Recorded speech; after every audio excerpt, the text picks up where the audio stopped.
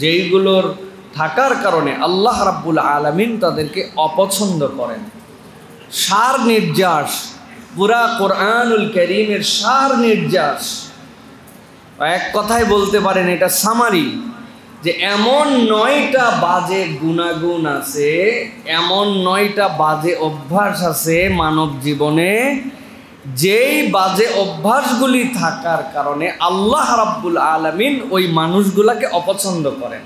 তাহলে আমরা যদি জেনে নেই এবং বারবার নিজেদেরকে স্মরণ করাই যে এই বাজে 9টা অভ্যাস কি, এইগুলোর থেকে আমাকে বিমুক্ত হতে হবে, এইগুলোর থেকে আমাকে বেরিয়ে আসতে হবে, তাহলে মানুষ যদি এখান থেকে বেরোতে পারে আল্লাহ রাব্বুল আলামিন তাহলে অটোমেটিক তাকে ভালোবাসবেন। সুবহানাল্লাহ।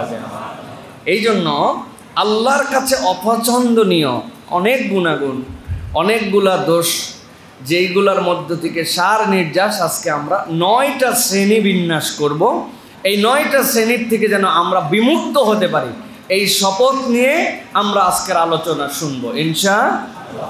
তাহলে আল্লাহ রাব্বুল আলামিনের অপছন্দনীয় মানুষের তালিকার শ্রেণী কয়টা? আরেকবার বলেন, কয়টা? 9টা। আমরা এটা মুখস্থ করে ফেলবো আজকে ইনশাআল্লাহ।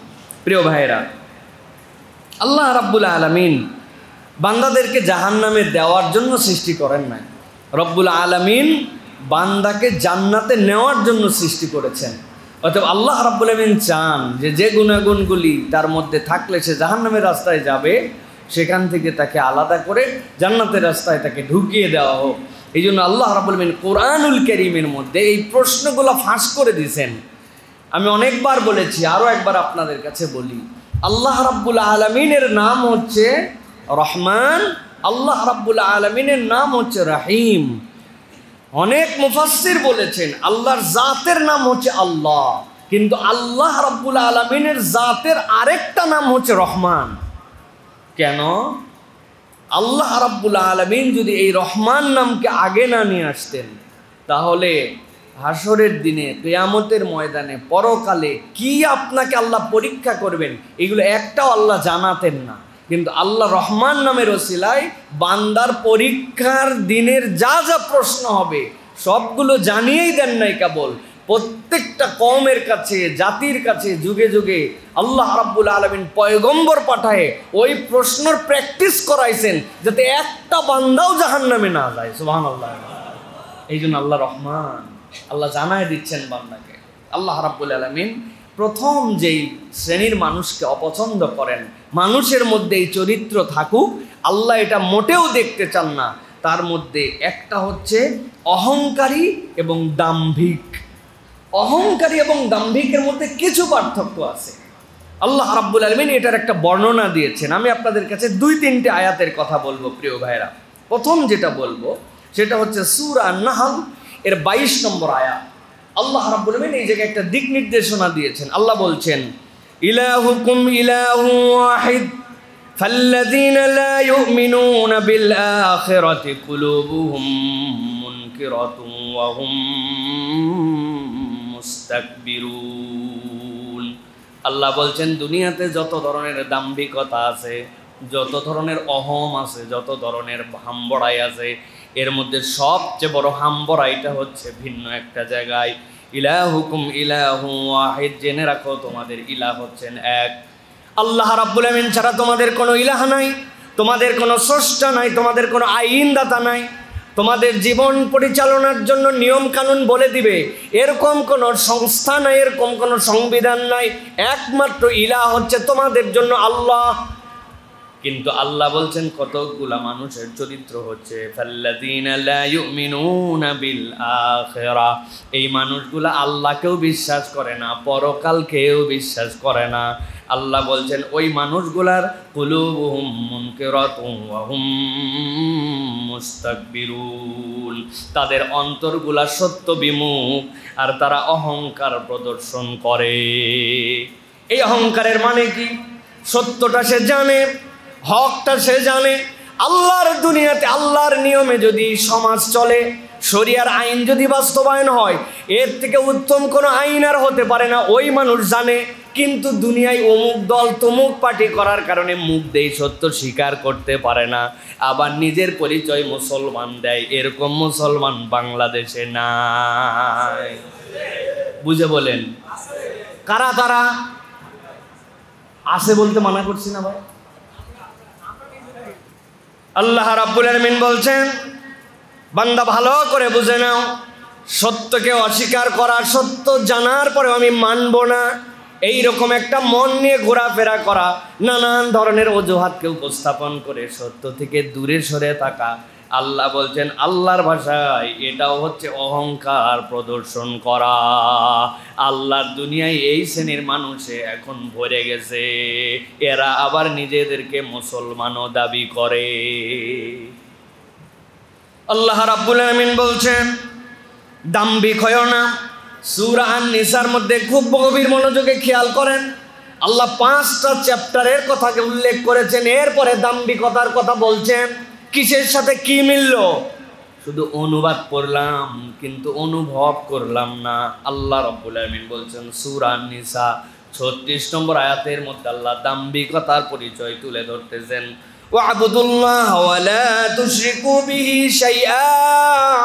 দুনিয়ার মানুষ আমি 1 নম্বর দায়িত্ব দিলাম, ইবাদত করতে হলে একমাত্র আল্লাহর ইবাদত করো, তার সাথে কাউকে শরীক করো না, এটা তোমার ফার্স্ট ডিউটি। এরপরে রব্বুল আমিন দায়িত্ব জানাচ্ছেন ওয়া বিল ওয়ালিদাইনি ইহসানা। তোমাদের 3 নম্বর দায়িত্ব, তোমার পিতা মাতার সাথে সদাচরণ করো। ওয়া বিযিল কুরবা ওয়াল ইয়াতামা ওয়াল মাসাকিন। দূরের মানুষের সাথে তোমার বিরাট সম্পর্ক। ফেসবুকে গল্প করে বেড়াই, পৃথিবীর এমন কোনো দেশ নাই যেখান থেকে আমার ফ্রেন্ড নাই। উনারে এমন ফ্রেন্ড দুনিয়াতে ছড়ায় পড়ছে, কিন্তু আল্লাহ বলছেন ওয়াবিদিল কুরবা, উনার নিকট আত্মীয়র সাথে উনার খবর নাই। উনার চাচতো ভাইরে উনি চিনে না, উনার ফুফাতো ভাইরে উনি চিনে না, উনার খালাতো ভাইরে চিনে না, উনার আত্মীয় স্বজনের খবর রাখে না। আল্লাহ বলতেছেন এইটা তোমার দ্বারা সম্ভব যদি হয় তাহলে তুমি আল্লাহর কাছে প্রিয় মুসলমান হতে পারো না। ওয়াবিদিল কুরবা ওয়াল ইয়াতামা ওয়াল মাসাকিন, এতিম মিসকিন ওয়াল জারি যিল কুরবা ওয়াল জারিল জুনুব ওয়াস সাহিবি বিল জামবি ওয়া ইবনিস সাবিল। আল্লাহ বলছেন তোমার সাথে প্রতিবেশীর সম্পর্ক কেমন, তোমার সাথে অসহায় মুসাফিরের সম্পর্ক কেমন, তোমার সাথে ওয়া মা মালাকাত আইমানুকুম, তোমার অধীনস্থ যারা থাকে তাদের সাথে তোমার বিহেভিয়ার কেমন। হুজুরের সামনে আসছে, মাথা নিচু হয়ে গেছে, হুজুর হুজুর করতে অবস্থা খারাপ। বড়লোক মানুষ, এলাকায় 4-5টা বাড়ি আছে, আপনার খবর আছে, উনার একটুখানি সম্পদ আছে, তার সামনে আপনি বিনয়ী, কিন্তু আপনার অধীনস্থর সাথে আপনার ব্যবহার কেমন, আপনার বাড়ির দারোয়ানের সাথে আপনার ব্যবহার কেমন, আপনার ড্রাইভারের সাথে ব্যবহার কেমন, আপনার কাজের মানুষটার সাথে ব্যবহার কেমন, আপনার প্রতিষ্ঠানে আপনার অধীনে যারা চাকরি করে তাদের সাথে আপনার ব্যবহার কেমন। আল্লাহ বলছেন এই জায়গায় পয়েন্ট টু পয়েন্ট উল্লেখ করলাম, আল্লাহ এদের সাথে সদাচরণ করতে বলেছেন। ইন্নাল্লাহা লা ইউহিব্বু মান কানা মুখতালান ফাকুরা। আল্লাহ দাম্ভিক আর অহংকারীকে আল্লাহ পছন্দ করেন না। অহংকার মানে আমরা কি মাথার মধ্যে নিয়ে আসি? অহংকার মানে আমরা মাথার মধ্যে একটা সেন্স নিয়ে আসছি যে আমরা অহংকার মানে লোভ দেখানো, ভাব দেখানো, কিন্তু এই ভাবের বাহিরেও আল্লাহ যে ক্ষেত্রগুলো বলে দিয়েছেন, তুমি তোমার নিকটাত্মীয়র সাথে কিরকম ব্যবহার করো, তোমার অধীনস্থর সাথে তোমার সম্পর্ক কেমন, তোমার চাকর বাকরের সাথে তোমার সম্পর্ক কেমন, প্রতিবেশীর সাথে তোমার মহাব্বত কেমন, দুনিয়ার প্রতিবেশী তোমার মহাব্বত, পাশের বাড়িওয়ালার সাথে তোমার দিল জাস্তি নাই, তোমার মহাব্বত নাই, তার সাথে মুখ দেখাতে কি নাই। আল্লাহ বলছেন এগুলো হিসাব করো।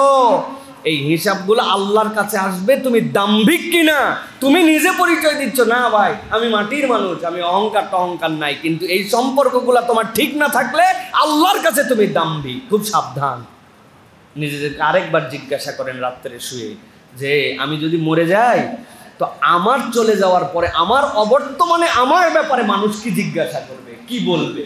আব্দুল্লাহ জাহাঙ্গীর রহমাতুল্লাহ এই কথাটা খুব বেশি করে বলতেন আমাদেরকে যে বাবা মানুষের অবর্তমানে মানুষ গীবত করে, গীবত করা বিরাট গুনাহ, নিষেধ এইটা, কিন্তু আমি কি ক্যারেক্টারের মানুষ, যেই ক্যারেক্টারের কারণে আমি চলে যাওয়ার পরে মানুষ আমার ব্যাপারে বাজে কথা বলতে সাহস করে, তো আমার চরিত্রটাও তো এমন হওয়া উচিত যে মানুষ চাইলেও আমার পেছনে গীবত করতে পারবে না।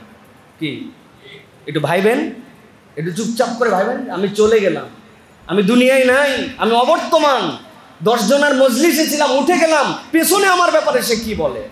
বাপ রে বাপ, কথাবার্তার যা ভাব, খালি গল্প শোনায়, এইটুকু মুখ দিয়ে মানুষের বাড়ায়। এটা করা তার অনুচিত, কিন্তু উনার ভাবেই নাই কথা বলছে মানুষ, আমার চলাফেরার ধরনেই নেই কথা বলছে মানুষ, যে লোকটা আদবওয়ালা না, বেয়াদব। এখন সামনে বলা যায় না ভাই, কিন্তু বেয়াদব বলে কিনা মানুষ। এইটা বলার অধিকারটা আমি কেন দিলাম, এই সিচুয়েশনটা আমি কেন ক্রিয়েট করে দিলাম? নিজেকে এইভাবে মূল্যায়ন করলে সমাজটা সোনালি সমাজ হয়ে যেতে পারে। কিন্তু আমরা নিজেদেরটা দেখি না, আমরা খালি অপরেরটা দেখতে পাই, মানুষেরটা দেখতে পাই, নিজের ইহতেসাব কখনো আমরা করি না। একদম ছোট থেকে বড়, হুজুর থেকে বেহুজুর, সবার মধ্যে এটা চলে আসছে। ব্যক্তিগত ইহতেসাব আমাদের জীবনে নাই। প্রিয় ভাইয়েরা, এই জন্য আল্লাহ রাব্বুল আলামিন এই জায়গাটা আমাদেরকে বড় বেশি সাবধান করতেছেন।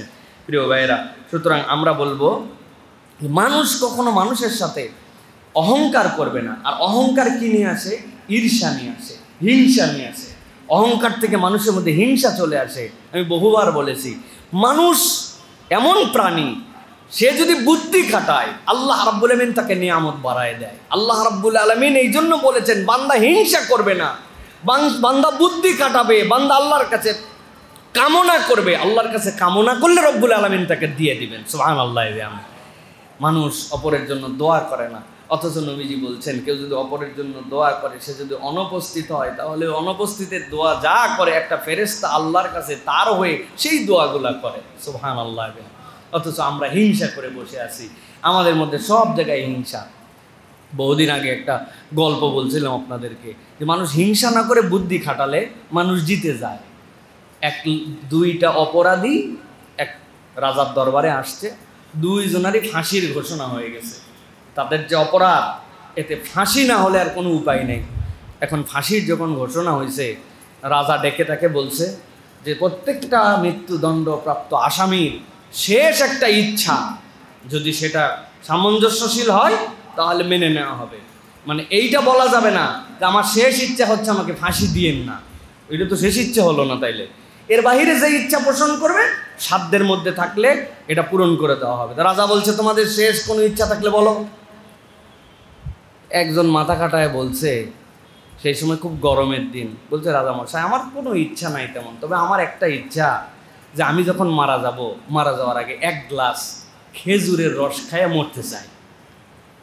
রাজা চিন্তা করছে আগামীকালকের ফাঁসি, আর এটা চৈত্র মাস, 6 মাস বাকি আছে খেজুরের রস আসার, আর ব্যাককল কি বেকায়দা করে বলছে আমি খেজুরের রস করে পাওয়া যাবে। এখন রাজার কথার তো বেমুখ করা যাবে না, কয় বেয়াদব তুমি বুদ্ধি খাটা এ কাম করছো না, আপনি যা বলছেন আমি তো এইটুকুই চাইছি। এই 6 মাস আর হায়াত এখন বলছে ঠিক আছে খেজুরের রস যেদিন হবে খাওয়া, যা বলছি তাই মানা লাগবে। তো সাথে আরেকজন ছিল, রাজা চিন্তা করছে এরে তাড়াতাড়ি জিজ্ঞাসা করার লাগবে, কারণ এ নতুন কি বুদ্ধি করে আল্লাহ জানে। পরে বলছে এই তোমার শেষ ইচ্ছা কি, তাড়াতাড়ি বলো। বলছে রাজা মশাই আমি মরাই যদি লাগে, খেজুরের রস খাই কি আর গরুর গোস্ত খাই কি, মরা তো মরাই, এই খাওয়া দাওয়ার মধ্যে আমি নাই। আমার শুধু একটা ছোট্ট স্বপ্ন, আমাদের যে যুবরাজ এখন 10-11 বছর বয়স, সে যখন রাজা হিসেবে শপথ নেবে তার শপথটা দেখে আমি মরতে চাই। রাজা চিন্তা করছে ওরে বদমাইশে বদমাইশ, এখন আমি ইয়াং, আমার বেটা ছোট, এ কবে শপথ নিবে, তারপরে আপনি যা বলছেন তাই ওয়াদা আপনি করছেন। তো এইটা একটা গল্প, কিন্তু আপনি একটু খেয়াল করে দেখেন, আপনি ঈর্ষা করেন নাই, আপনি হিংসা করেন না, আপনি একটু বুদ্ধি খাটাইছেন। তো বুদ্ধি খাটানো তো ইসলামের সব জায়গায় আছে, আল্লাহ রাব্বুল আলামিন সেটা পছন্দ করেন। কিন্তু আমরা দাম্ভিক, অহংকারী আর হিংসাকারী, এই কারণে নিজের নসিবেও নাই, অপরেরটাও কোনো কিছু আমি ক্ষতি করতে পারি না। এই হচ্ছে আমাদের বাস্তবতা। এই জন্য আল্লাহ বলতেছেন দাম্ভিক, অহংকারী, তার লেয়ারগুলো আমি বলে দিলাম, এইগুলার থেকে তুমি একটু বিমুক্ত হও, তুমি জান্নাতের ট্র্যাকে উঠে যাবে। সুবহানাল্লাহ। এটা হচ্ছে আমাদের 1 নম্বর। 2 নম্বরে আল্লাহ রাব্বুল আলামিন পছন্দ করেন না যেটা, সেটা হচ্ছে সীমা লঙ্ঘনকারী এবং জুলুমকারী। কি বলেন তো ভাই? যে সীমা লঙ্ঘন করে সেই জুলুম করে। আমি কিন্তু হিসাব করে এই শব্দ চয়েস করছি, সীমা লঙ্ঘনকারী এবং জুলুমকারী। কোরআন থেকে দলিল দিব আপনাদেরকে ইনশাআল্লাহ।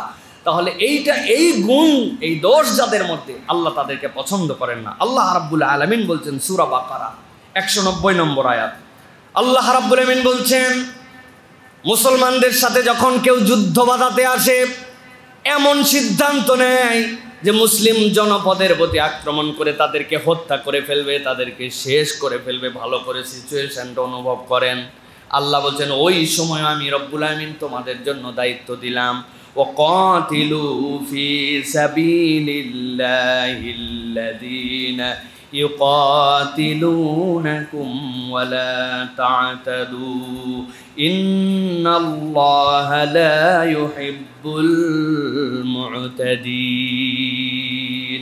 আল্লাহ রাব্বুল আমিন বলছেন তোমাকে মারতে এসেছে, তোমার সাথে যুদ্ধ বাঁধাতে এসেছে, তুমি যুদ্ধ করো তার সাথে। আমি রব্বুল আলামিন তোমাকে দায়িত্ব দিলাম, তোমাকে মারতে আসার কারণে যে যুদ্ধ, সেখানেও আমি রব্বুল আমিন তোমার জন্য নির্দেশনা দিয়ে দিলাম, ওয়ালা তা'তাদু, খবরদার খবরদার সীমা লঙ্ঘন যেন করো না। নিশ্চয় আল্লাহ রাব্বুল আলামিন সীমা লঙ্ঘনকারীকে পছন্দ করেন না। সুবহানাল্লাহ। এর মধ্যে আল্লাহ রাব্বুল আলামিন এমন বার্তা দিয়ে রাখছেন, আপনারা যদি কিতালের উসুল পড়েন সেই জায়গায় দেখবেন যে মুসলমানরা যখন আক্রান্ত হয়েছে, মুসলমানরা যখন জিহাদ করতে গেছেন, যেখানে যুদ্ধের জন্য ফরজ হয়ে গেছে তারা গিয়েছেন, এই যাওয়ার পরেও সেই জায়গাতে মিনিমাম 8টা শর্ত ইসলাম দিয়েছে যে আপনি যাওয়ার পরে যদি কেউ স্যালেন্ডার করে দেয় তাহলে আপনাকে তাকে মেনে নিতে হবে তার স্যালেন্ডারটা। আপনি কোনো গাছ নষ্ট করতে পারবেন না, কোনো জনপদে আগুন দিতে পারবেন না, আপনার সাথে যুদ্ধ হওয়ার পরে কেউ মারা গেছে বিপক্ষের, তাকে কখনো বিকৃত করতে পারবেন না, হাত নাক কান কিছু কেটে দিবেন, এইগুলা সম্ভব না। ওইখানকার পুরোহিতকে মারতে পারবেন না, যারা সিনিয়র সিটিজেন বৃদ্ধ যুদ্ধ করতে আসে নাই তাদের গায়ে হাত তুলতে পারবেন না, শিশুদেরকে মারা যাবে না, নারীদেরকে আক্রমণ করা যাবে না, গাছ কাটা যাবে না। মানে এর থেকে বিউটিফুল যুদ্ধ আর কি হতে পারে? আল্লাহ বলছেন তোমারে মারতে আসছে, তারপরেও তুমি যেন কখনো সীমা লঙ্ঘন করো না। আল্লাহ রাব্বুল আলামিন এরকম সিচুয়েশনকে দিয়ে বলতেছেন, তাহলে বাস্তবিক জীবনে তুমি সীমা লঙ্ঘন কেমনে করবে? এই জন্য আল্লাহ রাব্বুল আলামিন সীমা লঙ্ঘনকারীকে পছন্দ করে না। নবীজি বলছেন ইত্তাকুজ জুলম ফাইন্নাজ জুলমা যুলুমাতুন ইয়াউমাল কিয়ামাহ, জেনে রাখো তোমরা জুলুম থেকে বেঁচে থাকো, কিয়ামতের দিনে এই জুলুমগুলো তোমাদের যে অন্ধকার আর অন্ধকার নিয়ে আসবে। সুফি সাহেব রমাদানে মক্কা শরীফে যে আল্লাহর দয়ায় উনি ইতিকাফ করে, কিন্তু উনার বোনের জমি এখন পর্যন্ত ঠিকঠাক মতো দেয় নাই, এই রকম মুসলমান বাংলাদেশে পর্যাপ্ত পরিমাণে আছে। আছে না ভাই? প্রচুর ঠকবাজ, মানুষের কাছ থেকে ঋণ নেওয়ার পরে ঋণ ব্যাক করে না, কিন্তু তসবিহ হাতে নিয়ে ঘোরে আর মসজিদের কৌটার মধ্যে 1000 করে মারে। এরকম প্রচুর আপনি ঋণ খেলাপি দেখতে পাবেন। আছে কি না ভাই? বলে তাতাদু, আল্লাহ বলছেন খবরদার সীমা লঙ্ঘন করো না, এই ধানাই পানাই আর 2 নম্বর করো না, এই জুলুম তুমি করো না।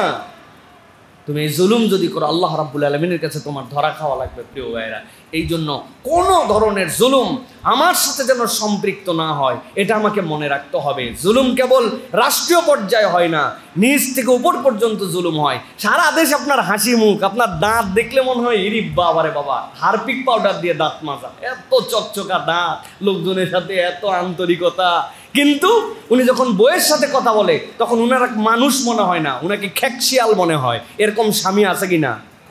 আবার বলে আছে।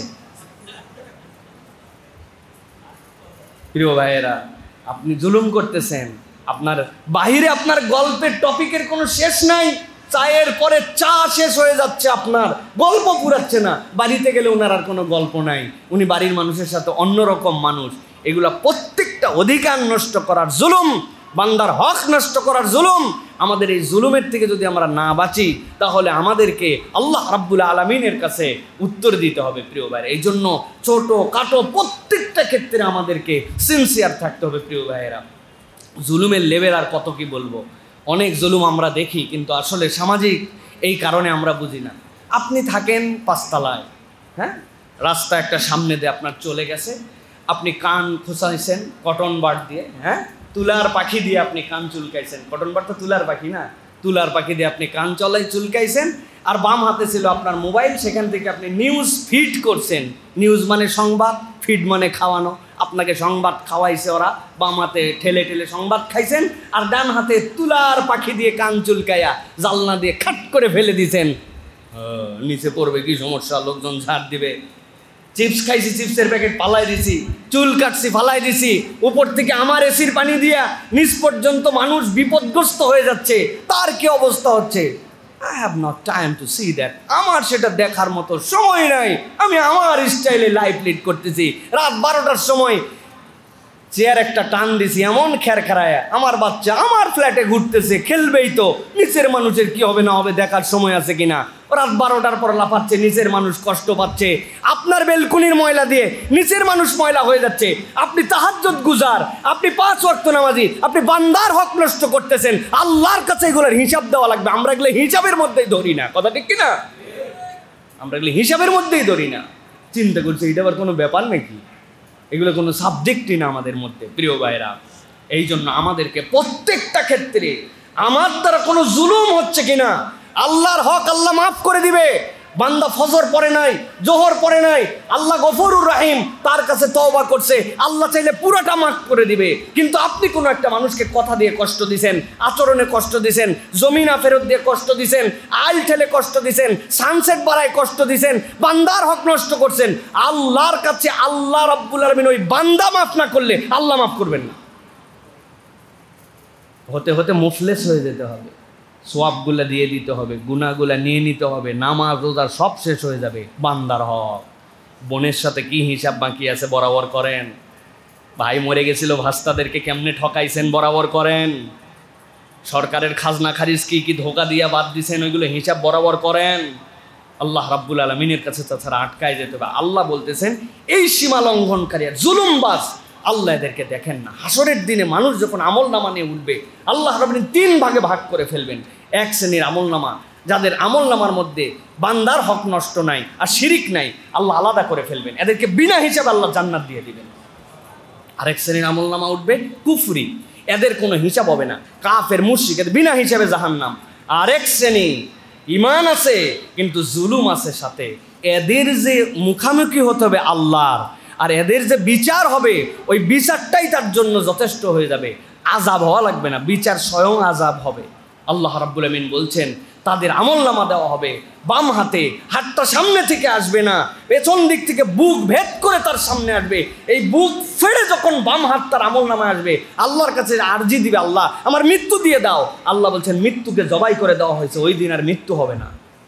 অতএব সীমা লঙ্ঘন আর জুলুম এটা যেন আমার দ্বারা না হয় ভাই।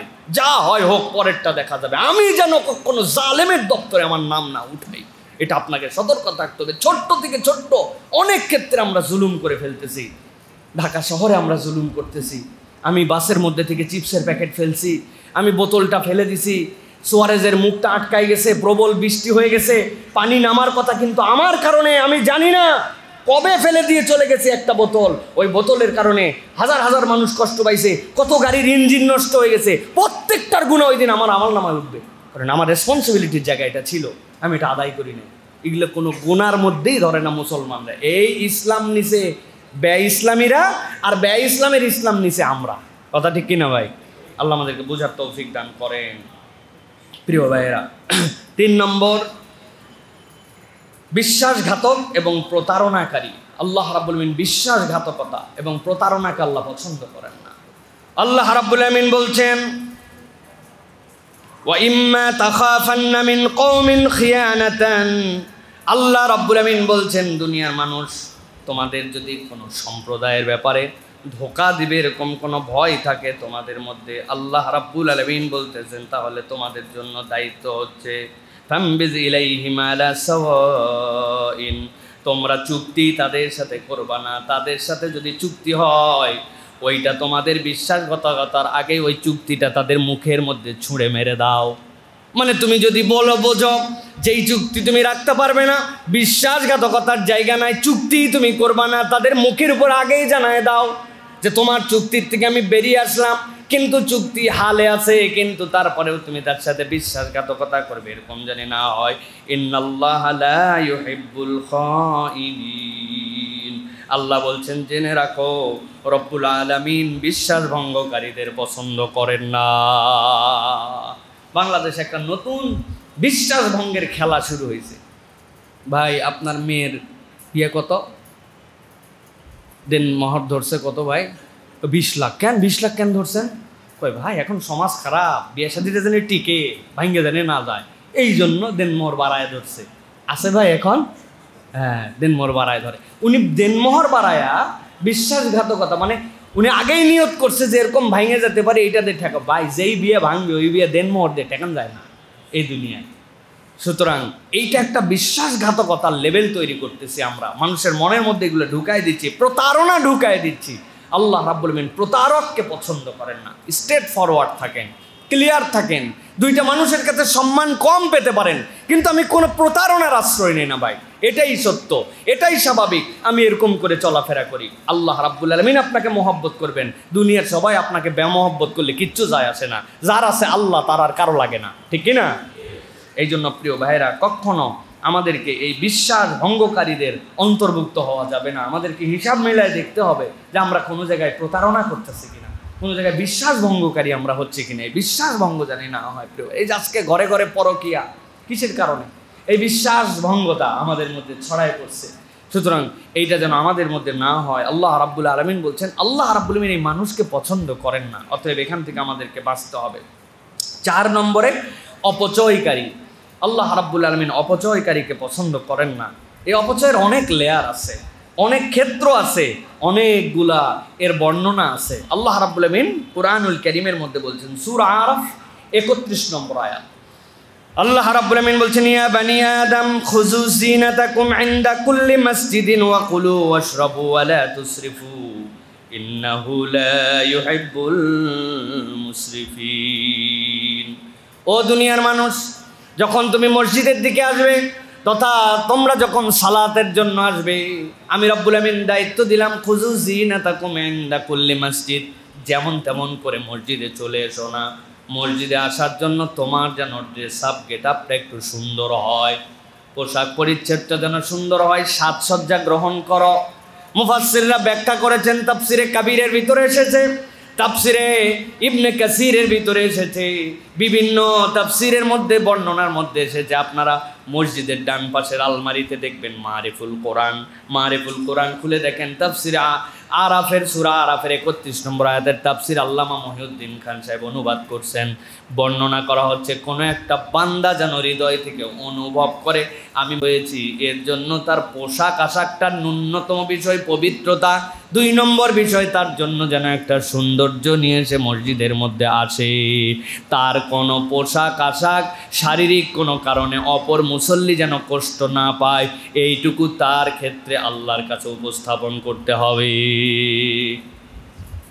এমন শরীরের দুর্গন্ধ নিয়ে আসছি, মানুষ তো বলতে পারে না, কিন্তু ওই মানুষটুকু সহ্যও করতে পারে না, তার গায়ের গন্ধটা এরকম, পোশাক যেইটা পরে আসছে কোনো সাইজ নাই সুইজ নাই, টুপি যেইটা পড়ছে এটা কবে ধুইছে মনেও করতে পারে না, এইরকম অপরিষ্কার অপরিচ্ছন্ন, জুতা তার পায়ের মধ্যে দুর্গন্ধ হতেই পারে, কিন্তু মোজাটা খুলে নিজের কানে গন্ধ, নিজের নাকে গন্ধ আসে না, কিন্তু মসজিদটা গন্ধ করে ফেলছে। আল্লাহ বলছেন এরকম যেন না হয়। আমি আল্লাহ রাব্বুল আমিন দায়িত্ব দিলাম, মসজিদে আসার ক্ষেত্রে তোমরা সাজসজ্জা গ্রহণ করো। আল্লাহ এরপরে বলছেন, তবে জেনে রাখো, কুলু আশরাবু ওয়া লা তুসরিফু, খাও পানাহার করো কিন্তু কখনো অপচয় করো না। ইন্নাল্লাহা লা ইউহিব্বুল মুসরিফিন। দুনিয়ার মানুষ আল্লাহ রাব্বুল আমিন সকল ক্ষেত্রে ইসরাফকে পছন্দ করেন না। তোমরা যেন কখনো তাবজির করবে না, ইসরাফ করবে না। আল্লাহ রাব্বুল আলামিনের কাছে তুমি যদি একবার অপব্যয়কারী হিসেবে পরিগণিত হও, আল্লাহর অপছন্দের তালিকায় ঢুকে যাবা। কত ক্ষেত্র আমাদের আছে তাবজিরের, রাষ্ট্রীয় তাবজিরও আছে, ব্যক্তিগত তাবজিরও আছে, যে জায়গায় 104 জনের বহর নিয়ে গেছে। আপনি কল্পনা করতে পারছেন কি বড় পিকনিক টিম, কি বড় মার্কেটিং টিম, কি তার অ্যাচিভমেন্ট, কি তার অর্জন, দেশ কি পাইল, এগুলোর হিসাব যদি দেওয়া লাগতো তাহলে সাহসও করতেন। অনেকের নাম থাকলেও বলতো ভাই আমার যাওয়া লাগবে না, কারণ আসার পর আমার জিজ্ঞাসা করবে আপনি যাওয়াতে দেশের কি উপকার হয়েছে আপনাকে বলতে হবে, কেননা প্রচুর পরিমাণ মাল পানি আপনি খরচ করে আসছেন। পিকনিক পার্টি এটাও তাবজির, যেরকম ঠিক একই রকমভাবে একদম ওই মসজিদে অজু করার সময়ও তাবজির করে আসছেন। প্রথমে কলটা ছেড়ে দিয়া এরপরে পা ভিজায় নিছে, পা ভিজায় কল এমন ফোর্সে মারা আছে, মোটামুটি প্রত্যেক কুলির আগে 1 লিটার করে পানি শেষ। আর যদি ওনার গলা পরিষ্কার করার সময় থাকে তাইলে তো পুরাই বরবাদ। উনি করে পরিষ্কার করছে, এদিকে 2 লিটার নাই, মেসওয়াক ধুতে ধুতে 1.5 লিটার পানি নাই, মসজিদের ট্যাঙ্কি ফাঁকা। আছে ভাই? আছে? এই যে তাবজির, ছোট থেকে বড় আমাদের তাবজির আর তাবজির, এইগুলো হচ্ছে ইসরাফ। আমরা সব জায়গাতে অপব্যয় করতেছি। এই অপব্যয় থেকে আমাদেরকে বাঁচতে হবে। আল্লাহ বলছেন ইন্নাল্লাহা লা ইউহিব্বুল মুসরিফিন, আল্লাহ অপব্যয়কারীকে পছন্দ করেন না।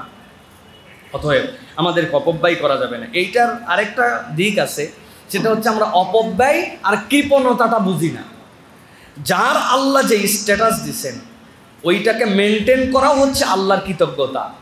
একজনকে আল্লাহ যথেষ্ট সামর্থ্য দিয়েছেন, এখন আল্লাহ আমারে সামর্থ্য দিয়েছে, আমি দেই মসজিদে 50 টাকা, আল্লাহ আরেকজনকে কোটি কোটি টাকার মালিক বানাইছে, কত টাকার মালিক সে জানে না, সেও দেয় 50 টাকা। হলো না? আপনি আল্লাহ রাব্বুল আলামিনের প্রকাশ করতে পারেন নাই, সন্তুষ্টি প্রকাশ করতে পারেন নাই। পয়সা কবরে নিয়ে যাওয়া যায় না, এই জন্য নিজের স্ট্যাটাস অনুযায়ী ওই চলাফেরা করা, ওইটাকে উপস্থাপন করা, ওইটা ইসরাফ নয়, ওইটা তাবজির নয়, ওইটা কৃপণতা হয়ে যাবে। কিন্তু এইটা যেন এমন লেভেলে না যায় যে এইটা যা লাগবে না তাও আমি করি, এইটা আমাদেরকে মনে রাখতে হবে। সর্বক্ষেত্রে আমরা যেন অপচয়কারী না হয়। বাচ্চা কাচ্চার মধ্যে অপচয়ের ব্যামারটা বিরাট ঢুকে গেছে। একটা চিপস খুললো, 3-4 টুকরা খাইলো, চাইছে, বাপ দিয়ে দিছে, এরপরে খায় নাই, আবার নামার পরে আবার একটা চিপসের আবদার করলো। এখন বাপ মা হয়ে গেছে বেকায়দায়, তারা আবার দিচ্ছে। জুতা একটা আছে, মার্কেটে গেছে, বিনা কারণে জুতা কিনতে যায় নাই, গেছে মাছ কিনতে, কিন্তু বেটার জুতা পছন্দ হয়ে গেছে, জেদ ধরছে, আপনি আবার কিনে দিচ্ছেন না। এই জায়গাতে আপনাকে নিয়ন্ত্রণ করা শেখাতে হবে, তাকে তার লাইফের মধ্যে তাকে বাউন্ডিং শেখাতে হবে। এই জিনিসটা ছোট থেকে যদি না আসে তাহলে বিরাট সমস্যা এটা। এই জন্য আমাদেরকে একদম সিস্টেমেটিক ওয়েতে প্রত্যেকটা ক্ষেত্রে পদক্ষেপ নিয়ে আমরা যেন কোনো রকম ইসরাফ না করি, আমরা যেন তাবজির না করি, এটা আমাদেরকে মনে রাখতে হবে। প্রিয় ভাইয়েরা, আপনি দেখবেন আমাদের প্রত্যেকের বাড়িতে তাবজির হয়। আমরা যে কলটা ছেড়েছি, কলটা ছাড়ার পরে প্রপারলি কল বন্ধ হয় না, অথবা অনেক দিন পানির কলটা ব্যবহার হওয়ার কারণে ওইটা জোরে লাগালেও লাগে না, এই জন্য টপ টপ টপ টপ করে সারাদিন পানি পড়তেছে। কার কার বাড়িতে এরকম কল আছে? একটু হাত উঁচু করেন তো ভাই। একজনের বাড়িতেও নেই, মাশাআল্লাহ। এই মহল্লাটা বিরাট ভালো মহল্লা, আলহামদুলিল্লাহ। এই কলের পানি পড়ে যাচ্ছে। ভাই, আমি এক বাড়িতে দাওয়াত খেতে গেছি, এখন হাত ধোয়ার জন্য অনেক ভিড়, আমি রান্নাঘরে ঢুকে যাই, রান্নাঘরে সিনকে হাত ধুইছি, যাওয়ার পরে দেখি চুলা জ্বলতেছে। আমি বললাম, ভাই চুলা জ্বলতেছে যে কি জ্বালাবেন? কয় না হুজুর, আপনার ভাবি বলছে ম্যাচ নাই তো এই জন্য হালকা করে দিয়ে রাখছে, আবার রান্না করবে রাত্রে। তখন দুপুরবেলা উনি মিটমিট করে জ্বলায় রাখছে। চুলা 950 টাকা সরকার মাসে নেয়, ব্যবহার করলেও নেয়, না করলেও নেয়। হ্যাঁ, আমি শেষ করলে আমার সমস্যা কোথায়?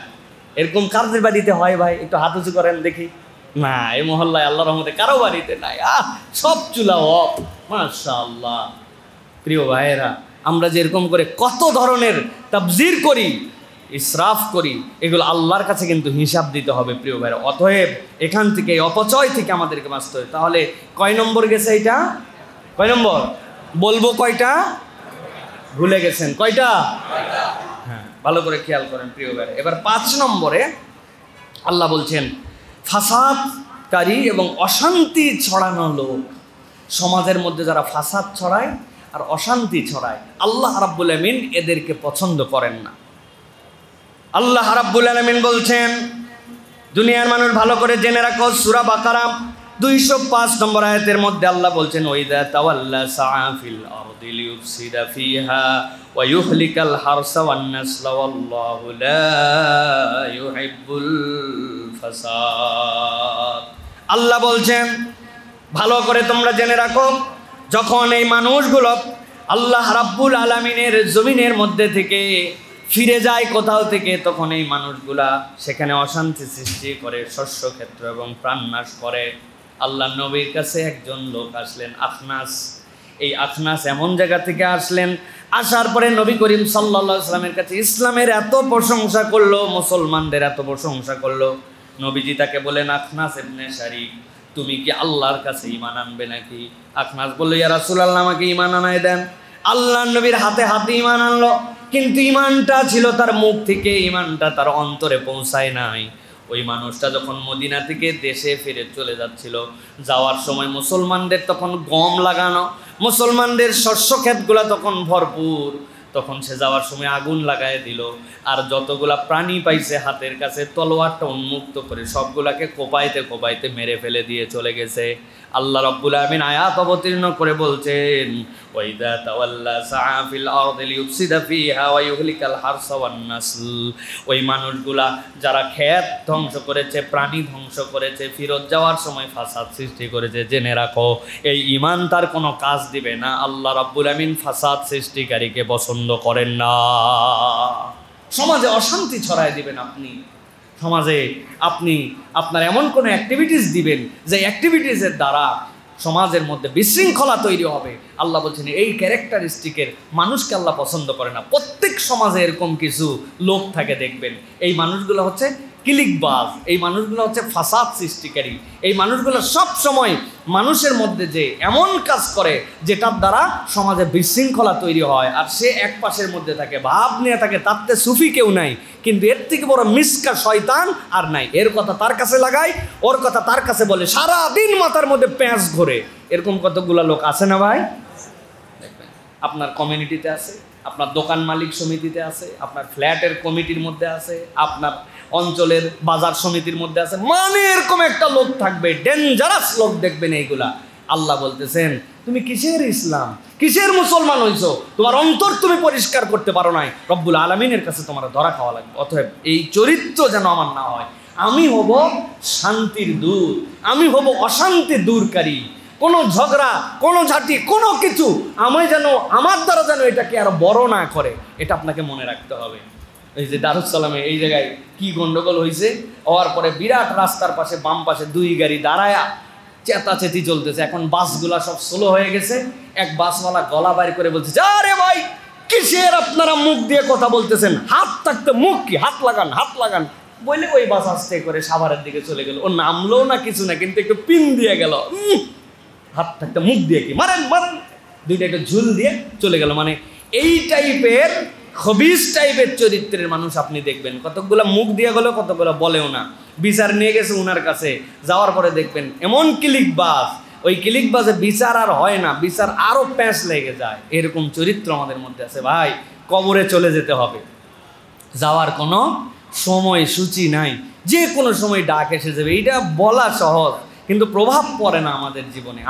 আমার ক্ষেত্রেও প্রভাব পড়ে না। কত জানাজা দিলাম, কত লাশ ধোয়ালাম, কত মানুষের মৃত্যু সজ্জায় দেখলাম, কিন্তু আমি ওয়াজ করি, কিন্তু আমার এফেক্ট হয় না। মরে গেলেই সব শেষ, সব শেষ। ভাই কি নিয়ে গেলাম, এটা একটু মনে রাখতে হবে যে আল্লাহ আমি জীবনে কারোর মধ্যে ফাসাদ হোক, দ্বন্দ্ব হোক, খারাপ হোক, এইটা আমি চাই নাই।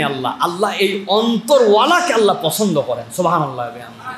এক সাহাবী আসছেন নবীজির কাছে, নবীজি বলছেন জান্নাতি। লোকজন চিন্তা করছে বাপ রে বাপ, কি এর যোগ্যতা।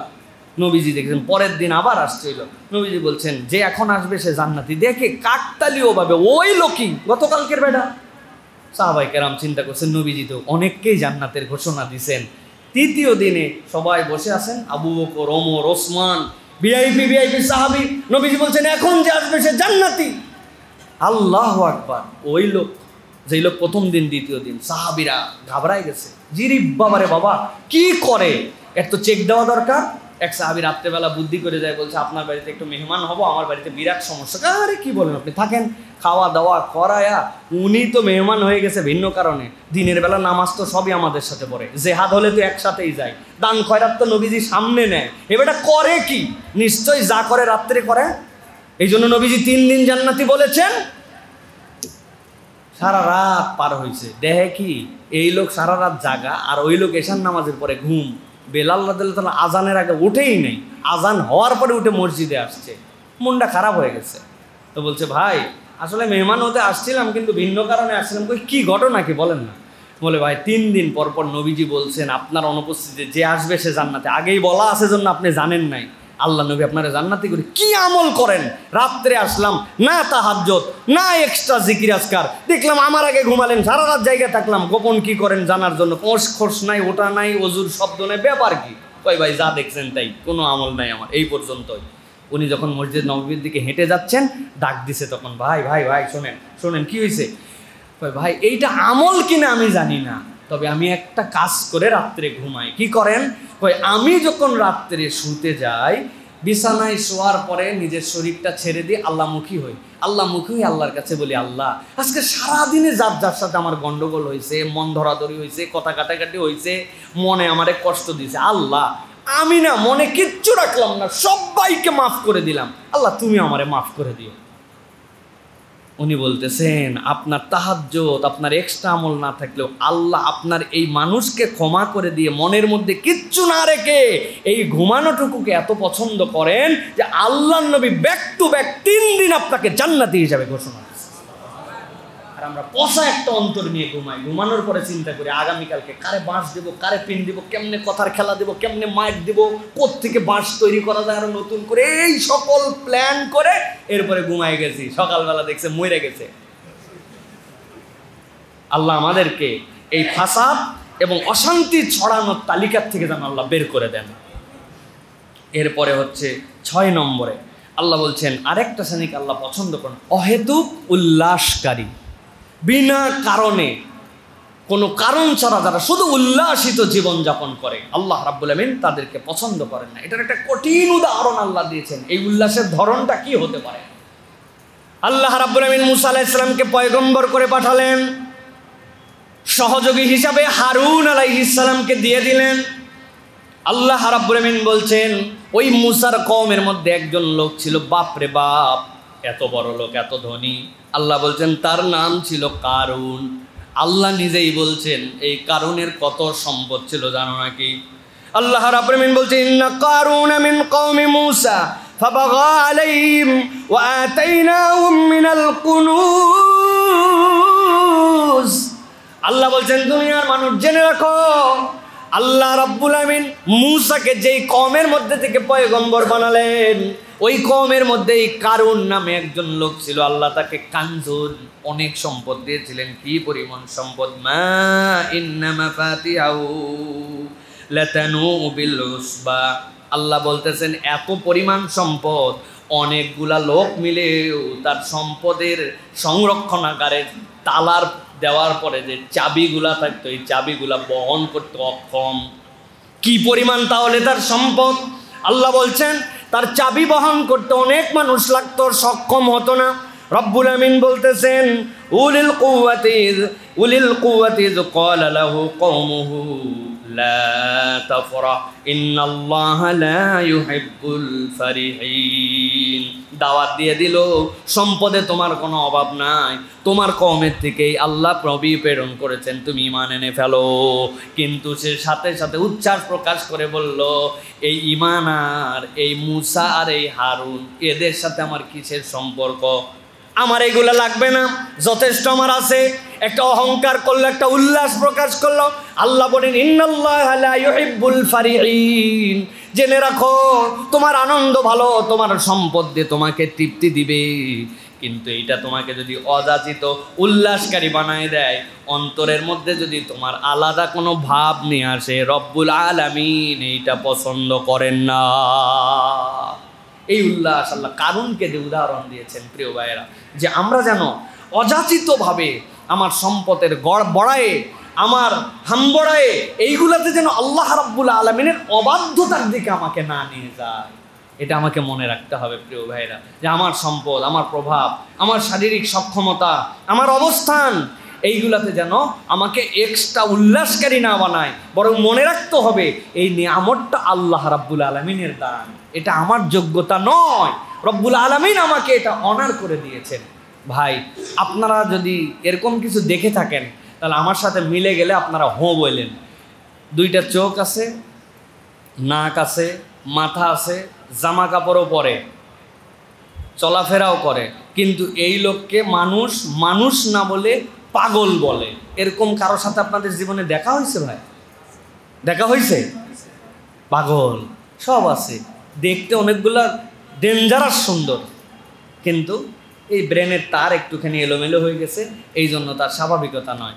আচ্ছা দুনিয়ায় কেউ বলতে পারবে হিম্মত করে যে আমি আমার যোগ্যতায়, আমি আমার চাহিদায় আমি সুস্থ আছি, আর সে তার চাহিদায় পাগল হয়ে গেছে? সহজ না।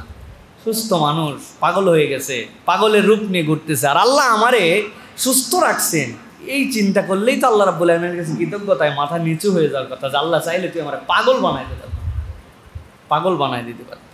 আমি এরকম মানুষকে চিনি যাদের ফ্যামিলি বিশাল স্ট্যাটাসের, আপনি কল্পনাই করতে পারবেন না স্ট্যাটাসে লেভেল, নাম বলে দিলে আপনি চিনে ফেলবেন, আমি নাম বলতেছি না। তার ফ্যামিলিতে লোক, আপ্যায়ন, আদর, যত্ন, আত্মীয়দের সাথে সম্পর্ক, বাড়ি, ঢাকার বুকে রাজকীয় বাড়ি। আরে বাড়ি কি দেখছেন, বাড়ি কাকে বলে? কিন্তু সেই বাড়ির ভদ্রমহিলা কি কারণে হঠাৎ করে তার অসুস্থতার থেকে এখন এমন অস্বাভাবিক যে হাঁটে আর সিঁড়ি গুনে নিজের বাড়ির সিঁড়ি গুনে সারাদিন। মানুষজন তারা এখন পাগলি বলে ডাকতেছে, পাগল বলে ডাকতেছে। সুতরাং আল্লাহ রাব্বুল আলামিন কখন কারে কি করে দিবেন, আল্লাহ বলছেন ইন্নাল্লাহা লা ইউহিব্বুল ফারিহিন, খবরদার উল্লাস করো না, যা পেয়ে গেছো তাটা দিয়ে যে আমি আর কেউ নাই আমার লেভেলে, এইটা যেন তুমি ভেবো না। আল্লাহ রাব্বুল আলামিন এখান থেকে আমাদেরকে খুব সাবধান করেছেন। এরপরে 7 নম্বর যেটা প্রিয় ভাইয়া, অকৃতজ্ঞতা এবং কুফরি, এই চরিত্রের মানুষকে আল্লাহ পছন্দ করেন না। অকৃতজ্ঞতার সাথে একটা কুফরির রিলেশন আছে। আল্লাহ রাব্বুল আলামিন বলছেন ইয়ামহাকুল্লাহুর রিবা ওয়া ইউরবিস সাদাকাত ওয়াল্লাহু লা ইউহিব্বু কুল্লা কাফফারিন আসীম। আল্লাহ রাব্বুল আলামিন সুদকে নিশ্চিহ্ন করে দিয়েছেন, আর তোমরা সুদের সাথে জড়িত হয়ে আসো। আল্লাহ বলছেন জেনে রাখো, দান খয়রাত আল্লাহ বাড়ায় দেন তোমাদের জন্য, সুদকে আল্লাহ ধ্বংস করে দিবেন। আল্লাহ বলতেছেন আল্লাহ পছন্দ করেন না কোনো অবিশ্বাসী আর পাপীকে। যেই পাপ আর যে অবিশ্বাস আল্লাহ রাব্বুল আলামিন পছন্দ করেন না, তার অন্যতম দিক হচ্ছে আল্লাহর বিধানকে জানার পরেও, আল্লাহর বিধান হক বলার পরেও আপনি নানান অজুহাত দিয়ে আল্লাহর বিধান থেকে দূরে থাকেন। আল্লাহ বলতেছেন এইটা হচ্ছে কুফরি করা মানুষ, আর প্রকৃত অকৃতজ্ঞ হচ্ছে আল্লাহর এই বান্দা। শত শত বোবা আছে, মুখ দিয়ে কথা বলতে পারে না।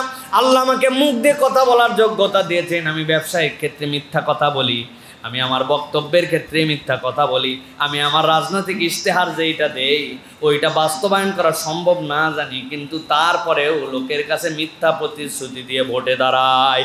এই সমস্যাটা অবশ্য বাংলাদেশে নাই, আছে। এবার হিসাব মিলাই নিন, এবার হিসাবটা মিলাই নিন।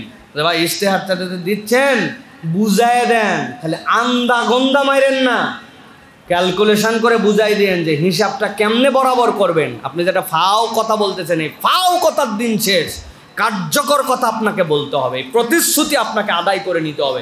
এই মানুষগুলাকে জনগণ জবাবদিহির মুখোমুখি করে না, এই জন্য এরা বার বেড়ে ফ্যাসিস্ট হয়ে যায়। নতুন আর কোনো ফ্যাসিস্ট সৃষ্টি হতে দেওয়া যাবে না, ঠিক কিনা? এটা আমাদেরকে এনশিওর করতে হবে, তাদেরকে জবাবদিহিতার মানদণ্ডে নিয়ে আসতে হবে। আল্লাহ বলতেছেন খবরদার তোমরা অকৃতজ্ঞ এবং কুফরি করা মানুষ হয় না। আল্লাহ বলছেন ওয়াতাকুম মিন কুল্লি মা সাআলতুমুহু ওয়া ইন তাউদ্দু নি'মাতাল্লাহি লা তুহসুহা ইন্নাল ইনসানা লাযালুমুন কাফার। আল্লাহ বলছেন তোমার যা চাইছো আমি সব তোমারে দিছি। আল্লাহর নিয়ামত গুণে শেষ করতে পারবে না, অথচ মানুষ অন্যায়কারী এবং অকৃতজ্ঞ। মানুষ অকৃতজ্ঞ। সারা রাত যে আল্লাহ অক্সিজেন দিয়ে বাঁচায় রাখলো, ওই আল্লাহর জন্য ফজর আমাদের দিল টানে না, ঠিক না ভাই? যে আল্লাহ রাব্বুল আলামিন আমাকে টাকা পয়সা দিল, ওই আল্লাহর জন্য আমার পকেট থেকে টাকা বের হয় না। যে আল্লাহ রাব্বুল আলামিনকে সুস্থ রাখলেন, ওই কৃতজ্ঞতায় আল্লাহ রাব্বুল আলামিনের কাছে আমি, তার আইনের কাছে আমি সমর্পিত হতে পারি না, যা সীমিত স্বার্থের জন্য, সীমিত বুঝের অভাবের জন্য। আল্লাহ বলছেন এই চরিত্রের মানুষ আমি পছন্দ করি না। অতএব আমাদেরকে এখান থেকে বেরিয়ে আসতে হবে প্রিয় ভাইয়েরা। আল্লাহ রাব্বুল আলামিন সর্বশেষ বান্দাদের জন্য বলছেন পাপাচারী এবং গুনাহে যারা নিমগ্ন, এই মানুষগুলাকে আল্লাহ রাব্বুল আলামিন পছন্দ করে না। ভালো করে শব্দটা বুঝে নেন, পাপাচারী গুনাহে নিমগ্ন, পাপ সকলের থাকবে কিন্তু নিমগ্নতা থাকবে না। জানছি পাপ, ফেরত আসছি, পাপ ছিল ছেড়ে দিছি, না বুঝে করছি ক্ষমা চেয়ে নিছি, নিমগ্নতা যেন না থাকে। আল্লাহ রাব্বুল আলামিন ভয়ঙ্কর শব্দ ব্যবহার করেছেন সূরা ফাতির 36 নম্বর আয়াতের মধ্যে। আল্লাহ বলছেন ওয়াল্লাযীনা কাফারু লাহুম নারু জাহান্নাম লা ইউকদা আলাইহিম فيموتوا ولا يخفف عنهم من عذابها كذلك نجزي كل كفور। রব্বুল আমিন বলছেন দুনিয়ার মানুষ ভালো করে সাবধান হয়ে যাও। যারা কাফের হয়েছে, আল্লাহর বিধানকে অস্বীকার করেছে, দিন থেকে বেরিয়ে গিয়েছে, আল্লাহ বলছেন তাদের জন্য জাহান্নামের আগুন, তাদের মৃত্যুর আদেশও দেওয়া হবে না, তারা মরে যাবে, তাদের দিকে শাস্তিও লাঘব করা হবে না। এই রকম নয় যে আযাব দিতে দিতে মরে গেল, একবার মৃত্যুর মাধ্যমে যেই উত্থান হবে, এই উত্থানের পরে আর তোমার জন্য মৃত্যু আসবে না। আল্লাহ বলছেন প্রত্যেক অকৃতজ্ঞকে আমি রব্বুল আমিন এইভাবেই শাস্তি দেই। আমাদের জীবন এই জন্য বিশ্লেষণ করে নিতে হবে। আমরা আল্লাহ রাব্বুল আলামিনের কাছে ভুল হলে পাপাচারী হতে পারি, কিন্তু এই পাপের উপরে আমরা যেন নিমগ্ন না হই, আমরা যেন পাপের উপরে অটল অবিচল না থাকি। জানা মাত্র তওবার হালতটা আমাদের হৃদয়ের মধ্যে নিয়ে আসতে হবে। কন্টিনিউ পাপ করেই যাচ্ছি, দেখেই যাচ্ছি, একই গুনাহ করেই যাচ্ছি, তওবা করবনি, ছাইরে দিবনি, আর একটু বয়স হোক। আমি তো মাঝে মাঝে বলি, বহু ভাইয়ের মুখে নামাজি কিন্তু দাড়ি দেখা যায় না, কি ব্যাপার? কই এখনো বয়স হয়নি। এটা যে একটা ফিস্ক, এটা যে কবিরা গুনাহ, আপনি তাও বাদ দিতে পারলেন না। কি হলে আপনি বাদ দিবেন? আপনি কেন এটাকে পছন্দ করলেন যেটা আল্লাহ মহিলাদের গুণ বানালো? আপনি পুরুষ হয়ে এটা নিলেন কেমনে রে ভাই? কেমনে নিলেন? আপনি অন্তত মোষটা রাখেন, যা গুনাহ আমার হোক, অন্তত মহিলাদের সাথে সামঞ্জস্যটা চলে যায়। অসামঞ্জস্য বানান যে আপনি আর মহিলা আলাদা হন না, কোনো কারণ নেই, কোনো যুক্তি নাই। আরে ভাই কারণ থাকলে তো আল্লাহ ছেলের এটা দিতই না ভাই। আর আপনি আবার উল্টা বলতেছেন। এইটাই শুধু একমাত্র না, এরকম অনেক পাপ আছে আমাদের মধ্যে, যেইগুলো আমরা পাপের মধ্যেই আছি, আমরা ওখান থেকে আর বেরোতে পারতেছি না। আমরা আল্লাহ বলতেছেন পাপ থাকবে, বান্দার আল্লাহর কাছে ক্ষমা চাইবে। বান্দা যদি পাপহীন হয়ে যেত, আল্লাহ নতুন সৃষ্টি করতেন যারা আল্লাহর কাছে ক্ষমা চাবে। কিন্তু আমরা যেন পাপের মধ্যে নিমজ্জিত না থাকে, ওখান থেকে বের হতেই হবে। আপনাকে শপথ নিতে হবে যে আমি আর পাপের মধ্যে। এখন একজনের নামাজ মিস করার পাপ নাই, কিন্তু মিথ্যা বলার পাপ আছে। একজনের মিথ্যা বলার পাপ নাই, কিন্তু তিনজনের সাথে বসলে গীবতের পাপ আছে। একজনের গীবতের পাপ নাই, কিন্তু মেজাজ খারাপ হলে গালিগালাজ করে, গালির পাপ আছে। এরকম অনেক ধরন আছে না ভাই আমাদের মধ্যে? তো আল্লাহ বলতেছেন আমি অপছন্দ করি গুনাহে নিমগ্নরা। তুমি গুনাহে নিমগ্ন থেকো না, গুনাহ বান্দা হবেই, সাথে সাথে তওবা করো, আমি ওইটা পছন্দ করি। কিন্তু আমাদের অধিকাংশ গুনাহে নিমগ্নতা চলে আসছে, দেখেই যাচ্ছি খারাপটা, শুনেই যাচ্ছি খারাপটা।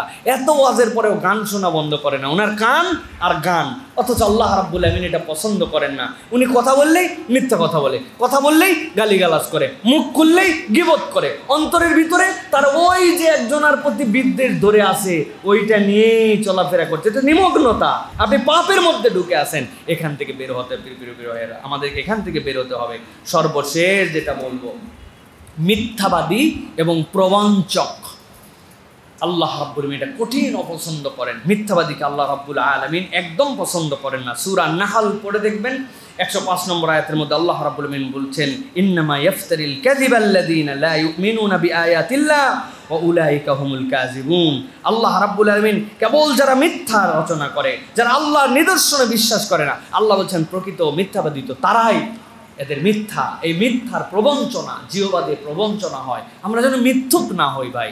ছোট থেকে বড় আজকে মিথ্যার মহামারীতে এই সমাজটি ছেয়ে গেছে। অবাক হয়ে যায়, ছোট্ট ছোট্ট বাচ্চারা এমন এমন মিথ্যা কথা বলা শিখেছে যেগুলো আমরা কল্পনাও করতে পারতাম না। কোত্থেকে এইগুলো শিখলো? এই এফেক্টটা কিভাবে সমাজের মধ্যে ঢুকলো? তার মানে বড়রা, সমাজ, আশপাশ সব কিছু দেখে তার মধ্যে এমন একটা এফেক্ট আসছে যে ওই মিথ্যুকরা মিথ্যাবাদিতাতে সারা পৃথিবী ভরায় ফেলছে। প্রিয় ভাইরা, আমরা যখন আফ্রিকা গেছি, আমি মজা করে বলতেছিলাম যে আফ্রিকায় একটা দোকানের থেকে আমি একটা জিনিস কিনবো, কোথায় পাওয়া যায়? বলছে হুজুর কি কিনবেন দেখি আপনি খুব পেরেশান। আমি বললাম এটা ফেয়ার অ্যান্ড লাভলিটা কিনতে চাই। ওই ব্যাপার কি? আপনি আফ্রিকায়? বললাম যে ভাই এটা লাগালে না ফর্সা হয়। তাহলে আফ্রিকান মানুষের এটা লাগায় কেমনে ফর্সা হয়েছে, এটা তো তাহলে প্রুভড হবে এই জায়গাতে। কয় না, এই আইটেম এখানে বিক্রি হয় না। মানে যেখানে যেরকম করে প্রতারণা করা যায়, আমরা এই প্রতারণা আর মিথ্যাকে আমরা এখন পশরা বানায় ফেলছি। মিথ্যা ছাড়া নাকি ব্যবসায় চলে না, মিথ্যা ছাড়া নাকি কাজই করা যায় না। এই যে মিথ্যা, এইটা আমাদের জীবনে সব বরকত ছড়ায় ফেলছে। আজকের থেকে শপথ করতে হবে অন্তত এই বিষয়ে, আমরা জীবন থাকতে আমরা মিথ্যা কথা বলবো না। পারবো ইনশাআল্লাহ? এটা চেষ্টা করতে হবে, মিথ্যা কথা বলবো না ভাই। মানুষ এটা অপমান করতে পারে, ফট করে একটা কথা বলে ফেলছি, ভাই আপনার আসার কথা কয়টায়? 10:30 ঘুমায় গেছিলেন, উঠতে পারেন না, অথবা কোনো একটা কারণ ছিল, কিন্তু আপনি এখন তার কাছে পৌঁছানোর আগেই বলতেছেন এই 2 মিনিট চলেই আসছি। ফেরির উপরে উঠে একজন, আমি গাড়ির গ্লাস নামাইছি, ও বলতেছে যে ভাই কই গুলিস্তান পার হলাম, 5 মিনিট খারাপ। আমি বললাম চাচা এইটা তো দেউলদিয়া পাটুরিয়া ঘাট। শুনে বাবা টেকা পাবে তো, বড় জ্বালায় আছে, আজকে বাড়ি চলে যাচ্ছি, এই জন্য খালি নদী পার হই, কোন জায়গায় আছে বলা যায় না, এই জন্য নদী পার হচ্ছে, গুলিস্তানে আছে। এরকম মিথ্যা হয়তো এটা দেখা গেছে, কিন্তু এরকম কম বেশি মিথ্যা আমরা প্রত্যেকেই বলি, তাই না ভাই? এই মিথ্যা থেকে আমাদের বেরোতে হবে। আল্লাহ পছন্দ করেন না এই মানুষকে, আল্লাহ রাব্বুল আমিন বরকত দিবেন না, হায়াতের বরকত কমে যাবে, আপনার মনে শান্তি হবে না, ভালো লাগবে না। এই জন্য আমাদেরকে এখান থেকে বেরোতে হবে। আল্লাহ আমাদেরকে তৌফিক দান করুন। তাহলে আবার চলেন একটু রিভাইজ করি আমরা, যে আমরা যেই গুণাগুণ আল্লাহ পছন্দ করেন।